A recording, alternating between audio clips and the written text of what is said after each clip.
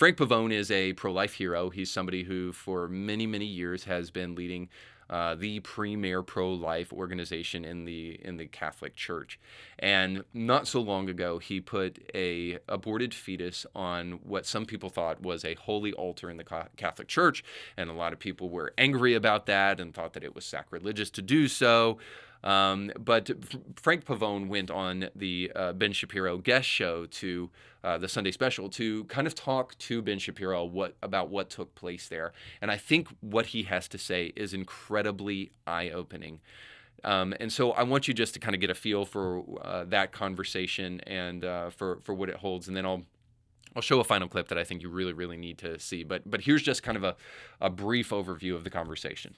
The Democrat Party destroying life, destroying religious freedom, destroying America, destroying our history, our memory, our symbols.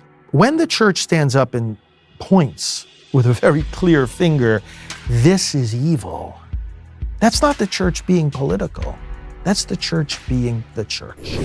So from that conversation, I took away a couple of things that I think are important. First of all, that what Frank Pavone did is loving, in that he was loving that baby. Now, a lot of people had a problem with this. They said, dealing with that dead body like that and putting that baby up there on display, that baby couldn't consent to that. That baby's parents couldn't consent to that. That's a violation of that sanctity of life that you supposedly want to protect. Now, I could not disagree more with this point, because I actually think that what Frank Pavone did by showing that aborted fetus on that social media post and putting it on that altar was an incredible act of love. Because you know what would have happened to that baby that was aborted? That fetus would have been thrown into the garbage bin like the millions of other babies that are aborted each year. So how does that respect the life of that child? What Frank Pavone did by placing that baby on the altar was perhaps one of the most benevolent things that could have been done for that baby. That baby potentially was used to help somebody realize the error of abortion. That baby was used to do something good in the world. And more importantly, that baby was recognized, whereas before it would have been thrown away and discarded like a piece of garbage. So there couldn't have been anything less loving than what happened to that baby before Frank Pavone came to the scene. And what Frank did was actually bring some dignity to that child's death. Now, I know there's going to be people who disagree with that because they hold very sanctimonious views about the Catholic Church and what you are and are not supposed to do with it. But frankly, I'm an evangelical, and I'm a Protestant. So you take that with a grain of salt, Catholics, but I'll just tell you this. That altar, if it really was an altar in the first place, Frank says it wasn't. If it was a really holy consecrated altar, then it was put to good use that day, at least from my point of view. And then I would just say the other thing is that what he did also was incredibly loving to the people who saw it. Whether you know it or not, what Frank did that day by showing you that aborted fetus was a favor to you. Now, I personally don't know that I would do that. I don't know that I would go to that extreme measure as Frank did. And I'll just be honest with you. I don't need to see an aborted fetus to actually understand that child is alive. It makes me very sick to my stomach, and it makes me heartsick to see that stuff. And I try to avoid it at all costs because I understand that it is alive. I don't like seeing death in that way. So it isn't something I would have done. But make no mistake that the outrage that we have over that kind of stuff being placed on social media should pale in comparison to the outrage that we have over the hundreds of thousands, verging upon millions of babies. Hopefully that'll change this year. Verging upon millions of babies that are aborted each year. That is the thing that should spark our ire so much so that we're not even fazed too much by this. And Frank Pavone is doing us a favor by reminding us of this, that little baby on that altar is just one of hundreds of thousands of children that will be aborted every single year. And though you may not like to be confronted with the reality of that child, and though it is gruesome, it helps you understand, hopefully, that there is a response that we need to have if we actually care about life and we care about love. And if we do, it is to stand for those kids. And it is to also speak about this as much as we possibly can and find as many ways to speak about it as we possibly can. Because we need to provide the hope that people need to hear so that they won't have to go to these extreme measures, and so that they won't have to abort their child thinking that will give them the hope that they're actually looking for. But unfortunately, Christians are far too closed-mouthed about this kind of stuff. We don't want to be confronted with these things, but love means telling others.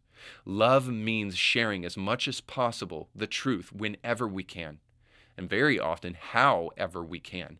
We get hung up on the means, and in the process, very rarely actually do what we should be doing. But Frank Pavone has some powerful last words to share with us about why it is so important that we speak, and we speak up on this issue, but also that we confront others lovingly with the truth. And here's what he has to say about that.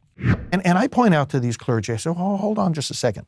No doubt there are women in the congregation that have had abortions, and no doubt they are in pain. But here's the issue. If they're sitting there and they never hear you talk about it, they're going to conclude either A, he doesn't know about my pain, B, he doesn't care, or C, he knows and cares, but there's no hope. There's nothing to be done. But we do know, we do care, and there is hope. So speak. I wanted to end the show with that because I think that is a beautiful syllogism, and it's something that we, especially as Christians, get wrong so very often. If we love people, we tell them the truth. If we love people, we care enough to confront them with the truth. Now, the way we do it, it's a different show. That we do it should be undeniable. We must do it. And here's why we must do it. Frank gives us 3 things. 1, if we don't share the truth of God's love, if we're not willing to speak up and be bold enough to even say things that people may disagree with, then ultimately we're communicating to people that there is no hope. If we're not really willing to share the truth, it means there's no hope for you. And we leave people in the suicidal condition that much of our society is in today. And then the second thing is this, is that if we don't speak up, we may say, well, there is hope, but we're communicating subtly and non-verbally that hope, it's just not for you. Well, there is hope, that hope's for me, but it's not for you. See how selfish it is not to speak up in love about the things that need to be spoken up about? And then the third thing is this, is that if we don't speak up, we might be communicating there is hope, and it is for you, but it's just not that great. It's not worth sharing, which is why true love also should encompass an understanding of telling people the truth, not just this sense of false unity and false agreement, or just making people feel better about themselves, or just affirming identities in other people that actually might be destructive to them and ultimately not fulfilling to them. How many detransitioners have to come back out before we understand that all of the love from progressive Christianity for the LGBTQ community is actually just self-love? It's self-congratulatory love. It's virtue signaling to make yourself feel better because you're better than all those other Christians who actually stand up for the truth. It's time that we reclaimed an understanding of love and that we understood that real love means doing things like what Frank Pavone did, and real love means standing up for the truth and declaring it as much as we possibly can. And in a world that doesn't want to hear love sometimes, we need a sledgehammer to do it. So, yeah, speak the truth, speak it in love, but do it. And when you do it, that's how you'll have perhaps one of the greatest Valentine's Day you've had in your life. So you just got done watching a small excerpt of a much larger episode. You can find the link to that full episode down below in the description of this video. So you definitely want to check that out, because if you like that clip, you'll like the much larger episode. And while you're at it, don't forget to like, share, and subscribe, and click that little bell to be notified when great new episodes of Indie Thinker come your way. Thanks for watching.